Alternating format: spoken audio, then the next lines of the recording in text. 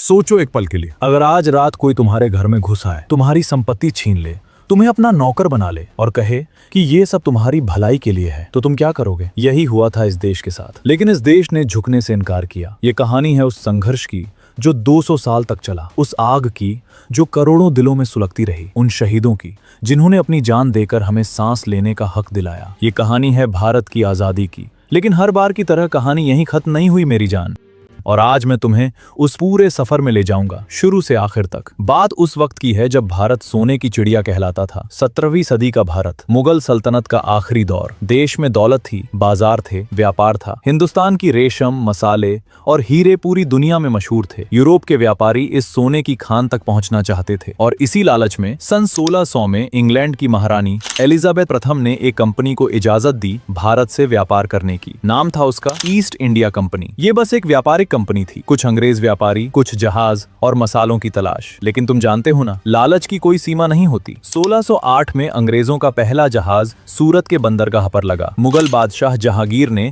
उन्हें व्यापार करने की इजाजत दी। बदले में कंपनी ने कुछ उपहार दिए, कुछ वादे किए, और यहीं से शुरू हुई एक बहुत बड़ी चाल। कंपनी धीरे धीरे भारत में अपनी जड़ें जमाने लगी। सूरत, मद्रास, बॉम्बे, कलकत्ता, एक एक करके कंपनी ने अपनी चौकियां बना ली। और फिर आया वो मोड़ जिसने इतिहास बदल दिया। 1757 पलासी का युद्ध। बंगाल के नवाब सिराजुद्दौला और ईस्ट इंडिया कंपनी के बीच एक ऐसी लड़ाई जो असल में लड़ाई से पहले ही खत्म हो चुकी थी। कंपनी ने नवाब के अपने सेनापति मीर जाफर को पैसों का लालच दिया, और मीर जाफर ने अपने ही नवाब के साथ गद्दारी की। युद्ध के मैदान में जब तोपें गरजी, तब मीर जाफर की सेना चुपचाप खड़ी रही। सिराजुद्दौला हार गए, और उस दिन के बाद बंगाल ईस्ट इंडिया कंपनी के हाथों में आ गया। ये बस एक राज्य नहीं था, ये एक शुरुआत थी। अगले कुछ दशकों में कंपनी ने एक एक करके पूरे भारत को अपने पंजों में जकड़ लिया। टीपू सुल्तान, जो अंग्रेजों को शेर जैसी चुनौती देते थे, 1799 में श्रीरंगपट्टनम की लड़ाई में शहीद हो गए। उनकी आखिरी बात थी, गीदड़ की 100 साल की जिंदगी से शेर की एक दिन की जिंदगी बेहतर है। मराठा साम्राज्य जो एक वक्त पूरे भारत में फैला था, टुकड़ों में बट गया। अवध, हैदराबाद, पंजाब, एक एक करके सब ढहते गए, और कंपनी ने एक ऐसा हथियार चलाया जो तलवार से भी ज्यादा धारदार था। नाम था डॉक्ट्रिन ऑफ लैप्स। मतलब ये था कि अगर कोई राजा बिना बेटे के मर जाए तो उसका राज्य कंपनी का हो जाएगा। राजाओं की गोद ली हुई संतानें भी नहीं गिनी जाएंगी। झांसी की रानी लक्ष्मीबाई के पति गंगाधर राव ने एक पुत्र गोद लिया था, लेकिन जब वो चल बसे तो अंग्रेजों ने कहा, ये गोद लिया हुआ बेटा राजा नहीं बन सकता, झांसी अब हमारी है। लेकिन रानी लक्ष्मीबाई ने एक बात कही जो आज भी हवाओं में गूंजती है, मैं अपनी झांसी नहीं दूंगी। और फिर आया वो तूफान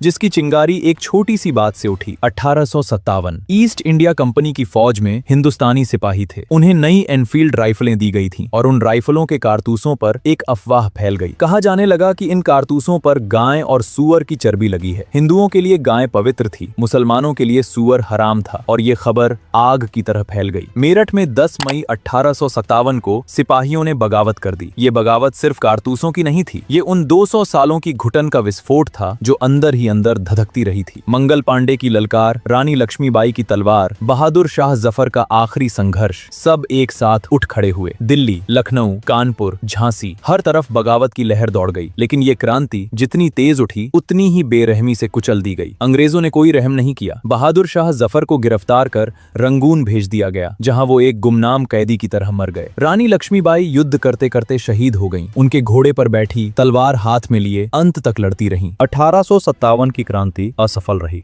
लेकिन इसने एक बीज बो दिया, आजादी का बीज। 1857 के बाद ब्रिटिश सरकार ने सीधे भारत की बागडोर अपने हाथ में ले ली। कंपनी खत्म हो गई। अब भारत ब्रिटिश क्राउन का ताज का हीरा बन गया था। और इसी दौर में भारत में एक नई पीढ़ी जन्म ले रही थी, पढ़ी लिखी, जागरूक और सवाल पूछने वाली। 1885 में भारतीय राष्ट्रीय कांग्रेस की स्थापना हुई। शुरुआत में ये बस एक मंच था जहां भारतीय नेता अंग्रेजों से विनम्र निवेदन करते थे, लेकिन धीरे धीरे ये आवाज बुलंद होने लगी। बाल गंगाधर तिलक ने कहा, स्वराज मेरा जन्मसिद्ध अधिकार है और मैं इसे लेकर रहूंगा। लाला लाजपत राय, बिपिन चंद्र पाल, इन लाल बाल पाल की तिकड़ी ने देश में एक नई आग जलाई। 1905 में बंगाल विभाजन के खिलाफ स्वदेशी आंदोलन शुरू हुआ। लोगों ने विदेशी कपड़े जलाए, अंग्रेजी सामान का बहिष्कार किया। ये आंदोलन एक संदेश था, हम झुकने वाले नहीं। और फिर इस धधकती हुई धरती पर दक्षिण अफ्रीका से एक इंसान वापस लौटा, एक पतला दुबला, चश्मा लगाए, सादे कपड़ों में, मोहनदास करमचंद गांधी। 1915 में जब गांधी भारत आए तो वो पहले से ही दक्षिण अफ्रीका में अपनी पहचान बना चुके थे। वहां उन्होंने एक हथियार खोजा था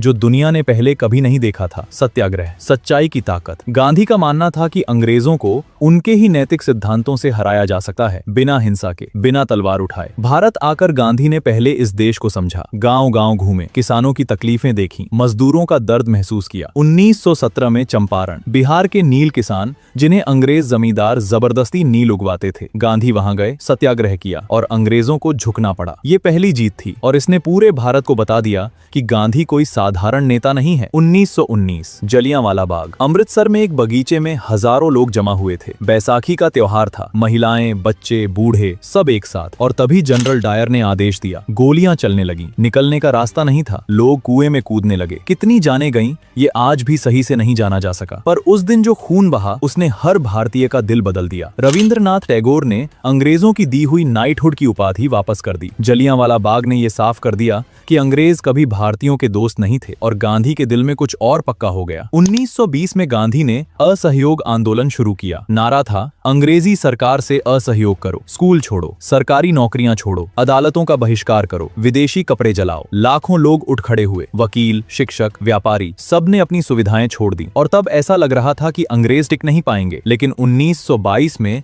चौरी चौरा में भीड़ ने एक पुलिस थाने में आग लगा दी। 22 पुलिस वाले मारे गए और गांधी ने आंदोलन वापस ले लिया। पूरा देश हैरान था। नेता नाराज थे, लेकिन गांधी का कहना था, हिंसा के रास्ते पर चलकर हम वही बन जाएंगे जिनसे हम लड़ रहे हैं। इसी दौर में भगत सिंह, चंद्रशेखर आजाद और उनके साथी एक अलग रास्ते पर थे। जहां गांधी अहिंसा में विश्वास रखते थे, वहीं ये नौजवान मानते थे कि जुल्म का जवाब जुल्म की भाषा में दिया जाना चाहिए। 1919 के जलियांवाला बाग हत्याकांड के वक्त भगत सिंह महज 12 साल के थे। उन्होंने उस बगीचे की मिट्टी अपनी मुट्ठी में उठाई और कसम खाई कि इस खून का बदला लेंगे। 1929 में भगत सिंह और बटुकेश्वर दत्त ने दिल्ली की असेंबली में बम फेंका। मारने के लिए नहीं, बहरी सरकार को सुनाने के लिए। बहरों को सुनाने के लिए धमाका करना पड़ता है। पकड़े गए, मुकदमा चला और 23 मार्च 1931 को भगत सिंह, राजगुरु और सुखदेव को फांसी दे दी गई। 1930 गांधी एक और अनोखे विचार के साथ आए, नमक। अंग्रेजों ने नमक पर कर लगा रखा था, एक ऐसी चीज पर जो हर इंसान की जरूरत है। 12 मार्च 1930 को गांधी अपने 78 साथियों के साथ